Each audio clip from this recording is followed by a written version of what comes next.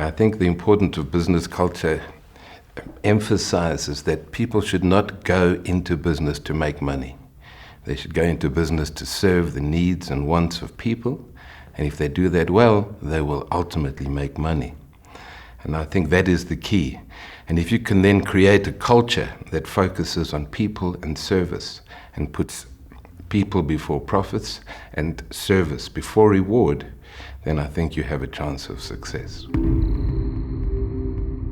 I went to a Jewish school, King David, and I learned there that we, the Jews, were the chosen people of God, and that sort of tends to lead to somewhat of a superiority attitude. And although you're young and naive, you just think that, you carry on living your life like that and you don't pay too much attention to it. But then after school, I went into the Army, or the Air Force, in fact, and there I met another group of people, because I'd never met any other people outside of the Jewish fraternity, and I met another group of people that were white Afrikaans-speaking males. And I thought that I was pretty special coming out of that environment, and I can tell you for sure that they didn't think so. They actually called me all kinds of names, which I don't want to repeat on this program. And I realized that they were then telling me that they were the chosen people of God. And that was quite a dilemma for a 17-year-old young boy, to have to go through and to ask some tough questions like, who's doing the choosing here? And why is he so confused? And I learned a very powerful lesson at that early age of my life, that there is no such thing as a superior group or one that is better than another. We're all just different, and the sooner that we learn to respect and tolerate our differences, the better off our country would be. So after the Air Force, I successfully dropped out of university, went to work in the music business, and then my older brother comes back from America one day and he says he's seen this fantastic retail department store in the States called Kmart, and that we should open a Kmart in South Africa and aim it at the black market. And I really knew very little about that, and I said, well, that's great, and who's going to run it? And he said, well, you are, I was 22 years old. I knew nothing about anything, quite frankly, at that point in time. So I said what most 22 naive boys would say. I said, sure, let's do this. And we went about starting to plan for the opening of Kmart, and it was scheduled to open in June 1976. As you all know, in 1976, or in the middle of June 1976, the Soweto uprisings took place, and we had to delay the opening of the store, and so we opened on the 1st of July in that year. And of course we were able to attract large numbers of people, but of course they were black. We had black customers, we had black staff, and I was about the only white guy around. I was a bit too young and a bit too white and a bit too naive to really understand how to manage people and how to communicate with them. So I found myself a kind of a mentor, I suppose you could call it. His name was Ralph Mamela. He was our supervisor, and I relied on him a lot to help us through this process of trying to manage and communicate with people, because I wasn't getting much respect from them whatsoever. I was just far too young for that. And then at the time there were these consumer boycotts that came along, and they were trying to promote a boycott of white-owned stores. And in the middle of all of this, one of our staff comes running back to us and tells us that Ralph Mamela, who was seen on the street corner handing out pamphlets to promote the consumer boycott of our own store effectively, which was really a shock to the system. I could not believe that someone could betray us like that. So I called him in, of course, and I really dumped on him, and I gave him everything I had to give. I didn't leave much out. And he just sat there quietly, and eventually, he said to me in a very stern voice, he said, I really appreciate what you've done for me here at Kmart. And I really appreciate all I've learned from you. But however, at the end of the day, when we go home, and I go home and I just get confronted with police harassment virtually every day of my life. I never know from one moment to the next if I'm going to be arrested for some or other apartheid law. And life is just intolerable outside of work. And if I have to make a choice, unfortunately, he said, Ian, it would always be freedom first and work second. And the light just went on for me. And I thought, wow, that was a serious eye-opener. For the first time, I realized that you just cannot ignore the socio-political environment in which people are living and just expect them to come and give their best at work and then have to go home and to face all those sort of horrific type of life events. So what I did, instead of firing him, which was my first reaction, I actually asked him to help me further, and he then started taking me into the townships, and I started to really learn and understand what it was like on the other side of the fence, as it were.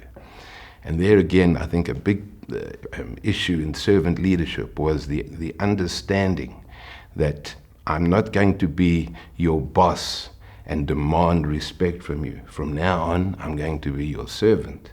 And I'm going to respect you, and I'm going to find out from you what your life is like, rather than just expecting and demanding what I think you should be. So that was an important part of my journey, and one thing that really stuck with me for a long time. So after that, I moved into the music industry because I got an opportunity to deal with some exiled musicians, Kaifa Semenya and Leta Mbulu and Hugh Masekela, and that was a fascinating part of my life. And in 1985, I came back to Kmart, and then we continued some of the things that I had been doing in terms of servant leadership. One interesting example there of how we applied servant leadership in those days, we actually allowed the staff to choose their own manager, which was completely unheard of at that time. So we went to them and we said, okay, you guys can vote for the person you want to be your manager. And they all said immediately, and what happens if you don't like our choice? I said, no, we will live with your choice. We will live with your choice. And of course, they chose the most violent shop steward in the whole group. And we lived with the choice. And this guy, who was really completely anti-establishment, he became probably one of the best managers we ever had. And it was actually quite a win-win situation, because they couldn't believe that we would allow them to choose their own manager, and they really respected us for that. And from our perspective, they got somebody that they respected as their manager, and he worked out pretty well for all concerned. So that was one of the things. We also asked them if we could buy our own cars, because we said that it was quite tight in business, and we wanted everyone to save money. And then my brother came along and said, listen, I need to buy a new car, And how can we buy a new car if we're telling everyone to save money? So we went and we put it to the vote. We said, okay, you guys can tell us if Rodney can buy a new car or not. And again, they were totally amazed by the whole thing and said, what happens if we say no? Well, then he'll just carry on with the old one. And again, they said overwhelmingly, sure, he can buy his car, no problem, it's all fine. And those were two examples that stand out for me in terms of how we practiced that stuff at Supermart. We became Supermart, by the way, because we had to change our name. We made a slight oopsie when we started Kmart. We just didn't think too much about trademarks. We just used the name Kmart, despite the fact that it was a massive worldwide brand. We thought, if it works for them, it should work for us as well. and then we made it even slightly worse because we used their logo as well. Nevertheless, 12 years on, they came to court with us, and they made us change our name to Supermart, and we carried on doing that. And then after that, in the early 90s, I actually felt to myself that there was an opportunity here. I had learned a lot about the South African political situation and how it was impacting in the workplace from our own experience at Supermart. And I thought, if I can go out there and help public companies to deal with the issues of racism in the workplace, that could well be something that will make a difference in our society. So I decided to go out and see if anyone would be interested in such a thing. And of course, at first, they just laughed at me. These big corporates, I managed to see a couple of HR guys, and they just said, what are your credentials? What's your academic background? And I had zero of any of those things. I had just worked in a company called Supermart that nobody had ever heard of. And eventually I decided, well, if I'm going to do something here, I'm going to have to actually make my way in, because no one's going to invite me in. And I came up with the idea of industrial theatre. And I wrote a play about racism in the workplace. I got a professional playwright to actually do the script, went to a company called Blue Moon Productions, and we produced our first industrial theatre play, and then we started to show that in companies. And that was my door in. People loved the play. It had a big impact on them. It was quite humorous, so it was done in a fairly palatable way, even though the messages were very, very powerful. And we started getting invited into these various companies, Marian Roberts being the first one, and I was invited to work in a company called Wadle Engineering. I'd like to share with you one particular story in another Marian Roberts subsidiary called Autocast. I was sent there to go and do some transformation work. This is in 1993. And I arrived there, and the MD is not looking forward to having me. This is in Brits, you know, where some of the people are so far right, you have to send out a search party to find them. He says to me, you know, I know that you're here, and I know why you're here, but I must tell you, I don't really want you here, because I don't think your plans are going to work in this company. So I said, why not? He said, well, let's see. So I walked around, he showed me the place, and there I noticed that they've still got separate canteens, you know, white canteen, black canteen. They've got white toilets, black toilets. I couldn't believe it. So I said to the guy, look, you know, I can't come and work here if you've got this kind of environment. So he said, well, you know, that's what, you know, it kind of is what it is, and it's not going to change, because if it is going to change, there's going to be so much drama here that nobody in the world will be able to manage it. So I said, you know, well, then I better go back and tell Marian Roberts that you're not interested in this program. And he said, no, you can't do that. So eventually he agreed to open the toilets, and he agreed to open the canteens. And he said to me, but when the trouble starts, and by this stage he was calling me Big Mouth from Joburg. He said, Big Mouth, when the trouble starts, you're going to come here and you're going to fix it, because I can promise you it's not going to be fun. I said, okay, well, that's why I'm here. Went back. 2 days later, I get the call.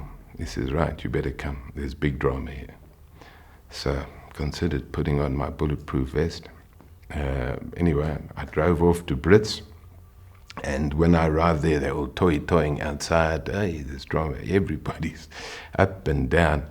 And I thought, well, I'm not quite sure if I was in the right place at the right time. And I thought, okay, well, let's see what happens. I get escorted in to the MD's office, and he says, you see what you've done. You see it? I told you this was going to happen. They've all down tools, and they're all jumping around the place. So I said, but where are the white people? I don't see any whites. He said, well, they've all gone home to pee. So I said, are you serious? He said, yeah. And they go home to have lunch and to use their toilets at home. They won't use them here. He said, I told you that you're in for some difficult stuff here. So I said, whoa. So he said, what are you going to do now, Big Mouth? So I said to him, well, look, the only thing I can think of is, let's get the shop stewards together, and let's get the supervisors, the white supervisors, all together in one room, and let's see if we can talk this through. I didn't know what else to do. So anyway, he managed to organize that, and a couple of hours later, we're sitting in this room, and I get introduced as the person who caused all the problems.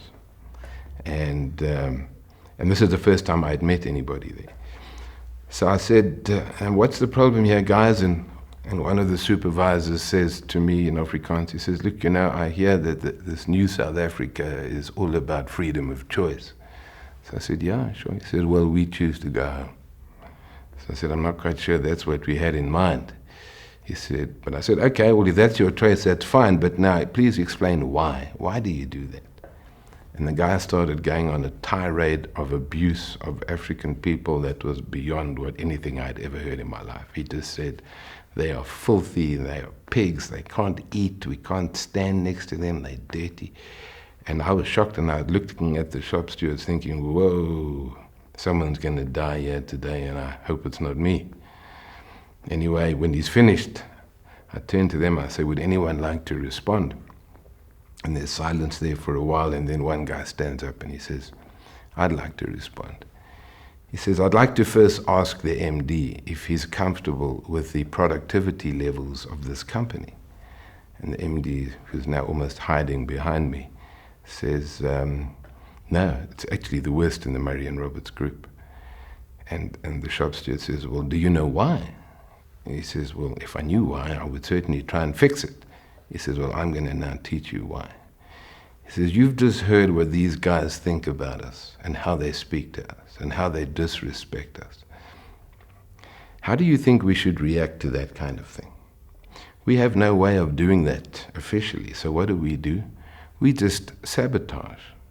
We sabotage your business, and we have been doing that every day for as long as I can remember, he says. Every opportunity we get, we'll stop the line, we'll break the equipment, we'll do whatever it takes to slow this business down and to show our utter contempt for the way in which we are being treated. And then he came with a sort of a coup de grace line, and he said, I just want them to know that if we are not fit enough human beings to eat with, we will never be fit enough human beings to work with. And that was, again, another really powerful line, and I realized that the impact of racism in the workplace was massive and was causing all kinds of problems way beyond the political issues. It was causing problems of low productivity, poor performance, and started to understand why South Africa is rated so low in terms of its overall productivity. And unfortunately, apartheid died, but some of the principles of management still live on today. And it wasn't just about management. In those days, it was about race as well, so it compounded things. These days, it's slightly different, but the boss principle, I am your boss, you must respect me, is still very much alive. And somebody who says that just doesn't understand what respect means. Because you cannot lead people if you demand their respect. You cannot lead people if you demand their trust. You can't go to somebody and say, like, well, from tomorrow, I want you to trust me. That's not going to work.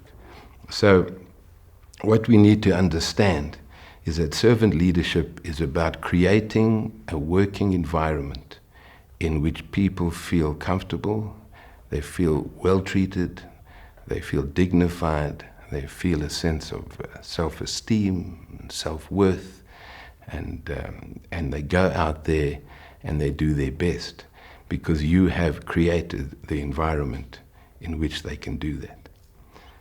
I often get asked, how do you motivate so many people?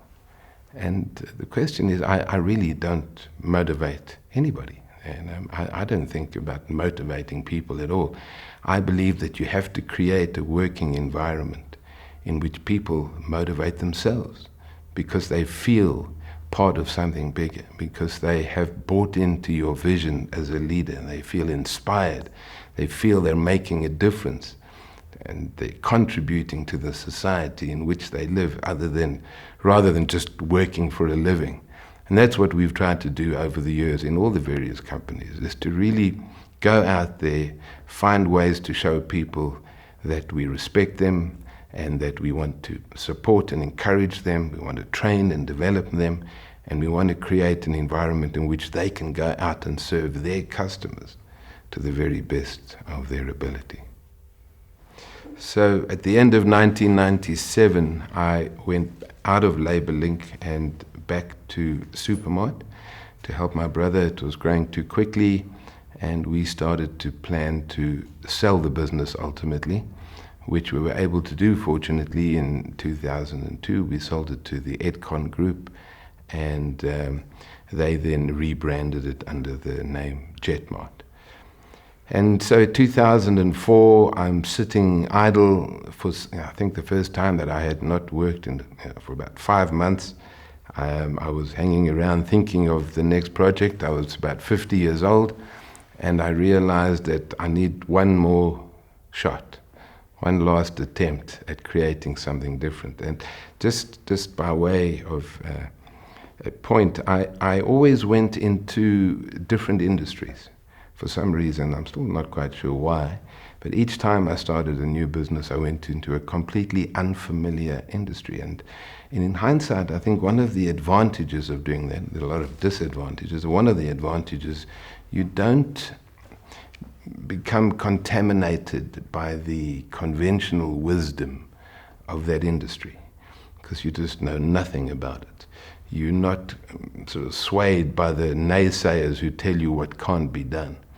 So I always tried to create my own map if I didn't have a map, and see if I could build a brand and at the same time perhaps rock the status quo a little bit of the industry. And that was always the challenge, and that's what stimulated me, and that's what I was thinking in 2004 when I wanted to start something new and give it one final fling in terms of building a new business and a new brand. And I was lying on the massage table, having a massage, which I used to do regularly, a couple of times a month. And the beauty therapist who was doing the massage said to me, "Why don't you consider, the beauty industry?" And I just couldn't resonate with that. I thought, this is not a face for the beauty industry. I used to use soap, twice a week at that time. So I just couldn't see it. And then she kind of laughed and she said, but there's a gap in this business. There's a gap in the business. And I said, sure, but is there business in the gap? And I went out and did some investigations. I went to various beauty salons. I went to spas to find out what was going on.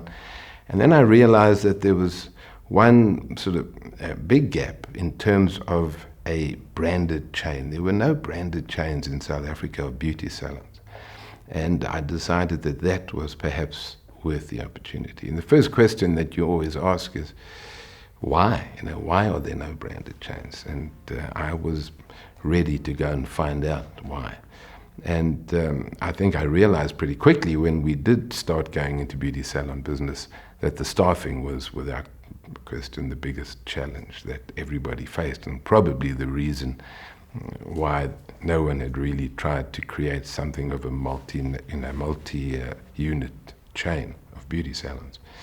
So I started buying up a couple of independent stores with the money that I had from the sale to Edcon. And in 2005, we eventually launched the brand Sorbet with 6 stores. The name Sorbet, people sometimes ask, how did that come? Well, it came with the help of a branding consultancy who asked us what kind of business we were looking at and what was our typical target market. And they came up with a whole list of names, and on that was Sorbet, and I just loved it. I loved the refreshing sound of it. I loved the concept of the ice cream, colorful and tantalizing, and I wanted to do something completely different. So we looked at it and we thought, well, what are the traditional beauty salons like? They're pretty quiet and serene and dark and dim, and we were going to do something a hell of a lot brighter.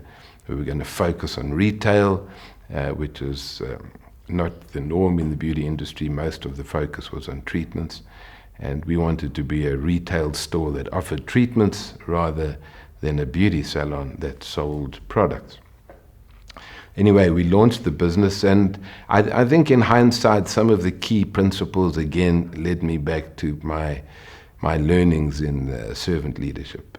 And I wanted to create a culture. I realized that the biggest single downfall of most companies in South Africa is that they do not have a culture of people and service. They have a culture of making money. And when you're making money, you just don't always appreciate the nuances that revolve around service and people. So I thought I started doing induction training. And I sort of trained every single new staff member in the entire company. I still do that today. Every single new person that ever joins the business has to come through my induction training. And I asked them the simple question, what is the purpose of work?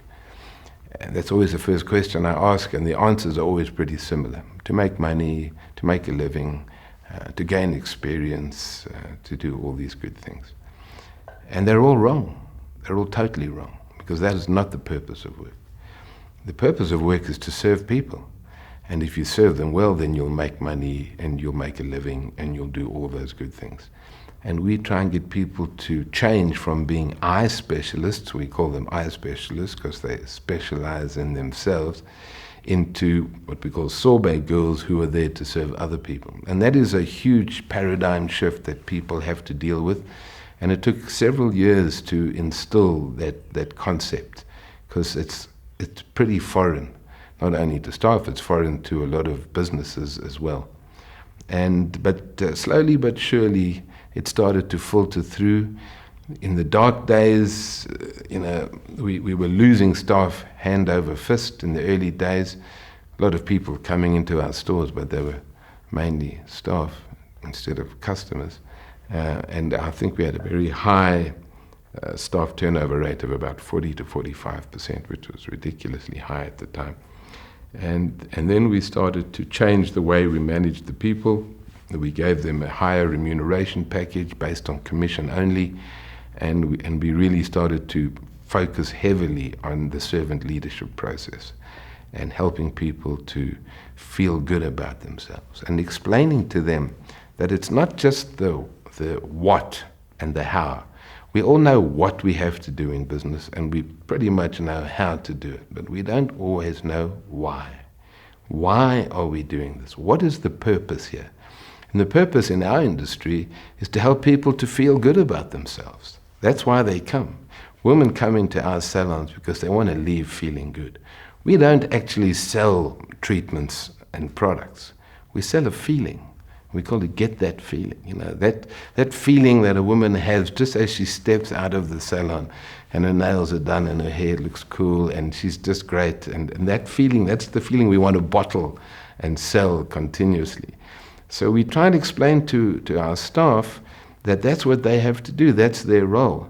They're out there helping people to feel good about themselves. They're not just doing treatments and nail stuff.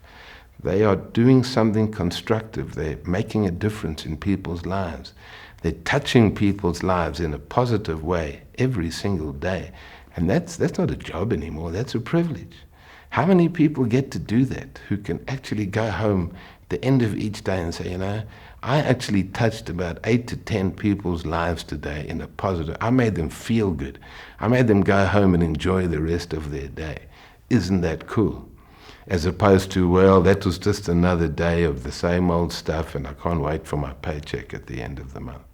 And I think that's the shift in the paradigm that we've tried to create, and fortunately it's been relatively successful. It's never 100% right and there's always problems, but I think that has been, without doubt, the differentiator for Sorbet and a large part of the success of the brand is the way we serve our people and the way they serve their people.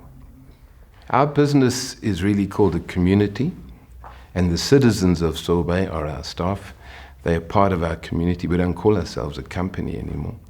And we have guests, not clients or customers. I try to explain to our people that a client is someone that goes to a lawyer, not to a beauty salon. So we don't want to get involved with that. So we like to be in the hospitality industry, and that's why we call them guests. The thing about it is, if you ask somebody, who do you work for? If you're a businessman or a manager, the answer should be, I work for my staff. If you're an employee, the answer should be, I work for my customers. And in our case, for our guests. If you're not answering those, then you're on the wrong track. So servant leadership really is, and what we try and explain to our citizens, is it's about serving the people who are serving the people. And if you get that right, then your business will be successful. If they're not focused on how much commission they're going to make. When somebody walks into a beauty salon, our citizens will take a good look at her and think, well, she looks like she's got money, maybe I can sell her some stuff, and she's working in her mind how much commission she's going to be making. And if somebody else comes in looking a bit tatty and they say they just want an eyebrow wax for $50, maybe our citizens are not that keen on helping them. And we just say to each one of our citizens that it makes no difference how much money they bring. They are people. If you believe that you're just doing the same treatment over and over and again, and it's repetitive and it's the same old stuff, forget it. It's not. It's not the same. Because every single time, the person is different. You're touching someone else's life. So never think of it as a boring, repetitive job. And our citizens have slowly come to accept this concept. And obviously not all of them get it 100% right, but I think the feedback that we get from our guests and the continuous growth of the business and the fact that we have such a massive demand for franchising, about 40 franchise applications per week at the moment, and we've got 141 stores now, predominantly franchised. The demand and the growth of the brand has become substantial. It's becoming quite a significant brand in South Africa. So in terms of our service philosophy, we have a completely no-hassle return policy. And I think that's quite scary for some of our citizens and our franchisees. They always think that they're going to be abused and people are going to come back because we give a 100% guarantee that if you're not happy with your treatment, you don't have to pay. And we have a big sign in the store, not a little tiny thing at the back of our menu. It's big right up front there by the door. And people have taken a while to get used to that in terms of our internal side. The guests, of course, love it. We have a situation that if you come into the store and you want to return a product, okay, and you've had it for 6 months, and it's just got so much left, and you say, look, it's not working anymore. I'd like to give it back for a refund. Now, I think most other salons would simply say, footsack, forget about it. What am I going to do with this? 6 months, where's your slip? Why did you bring it back so late, etc., etc. But we'll take it back because we can't see why not.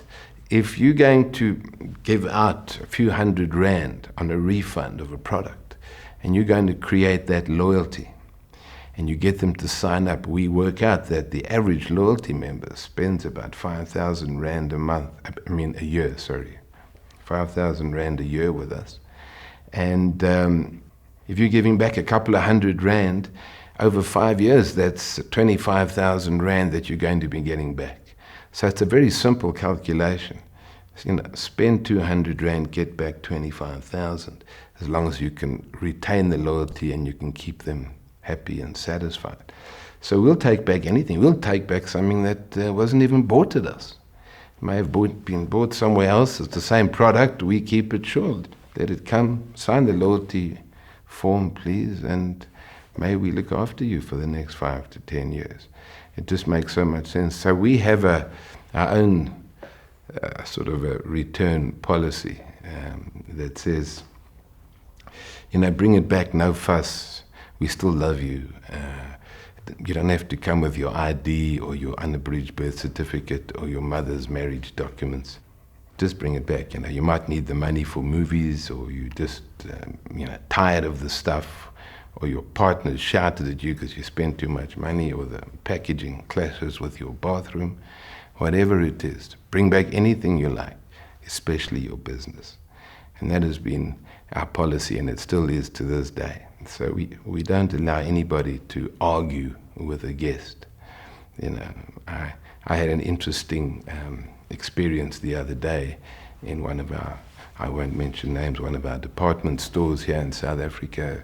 My wife and I went back to return a pair of shoes, and we couldn't find where it was. Eventually we found customer services department. Went in there and we said, yeah, we'd like to. And we had the all-important life and death slip. You have got to have that slip. We had the slip and we had the shoes, and it was 1,200 Rand was the refund we requested. And everything was going fine, and then the guy says, I'm sorry, sir, there's a problem. And I'm very passionate about these type of things, so I'm now waiting to see what's going to happen. He says, the shoes were 1,200 Rand when you bought them, but unfortunately, there's been a markdown subsequently, and it's now only 800 Rand. And my system won't allow me to refund you more than 800. So I said, are you kidding? Are you serious? He said, yeah, no, I'm very serious. So I said to him, okay, I tell you what, why don't you get me a stepladder? And he looked at me curiously and he said, why a stepladder? I said, well, I'm going to hold the stepladder while you climb up and take down the sign that says customer services, because it's not customer service, what you're talking about. And while you're busy doing that, I'm going to write another sign for you that says system problems. Because what you're telling me is that the system is more important than the customer. And he says, unfortunately, it's company policies. And then that was the final straw for me. And I lost it. I said, right, who wrote the company policy? So the poor guy behind the counter, he says, I don't know, it's a very big company, so I have no idea who wrote the company policy. I said, well, I've got time, go and find him, or her. Because I want to meet the person who wrote the policy that says the system is more important than the customer. Because that person should be fired tomorrow morning. And ultimately, he did help me, the guy, because he gave me a gift card for the difference, which was to his credit. But I think it's that kind of stuff, where you find company policies written that are aimed completely at satisfying the need of the administrators and the accountants in the business and have no bearing whatsoever on the needs of the customer. And I think that's what tends to happen, is that when you have a manager, you have an employee, and you have a customer, most of the time, the employee is trying to please the manager. And in so doing, they have turned their backs on the guests. And that's really where we have a problem. We said, turn around, we will then serve the people who are serving the people. And we'll give you everything you need to be able to go out there and serve to the very best of your ability. And I'm not going to make any demands. I'm not going to tell you what to do, how to do it, and I'm not going to reprimand you every time. In fact, what I'm going to try and do as a leader is to create what we call a place of safety. A place of safety is a working environment in which people feel free and comfortable to speak their minds without fear. And that's a very, very important thing. You need to have consistency of behavior.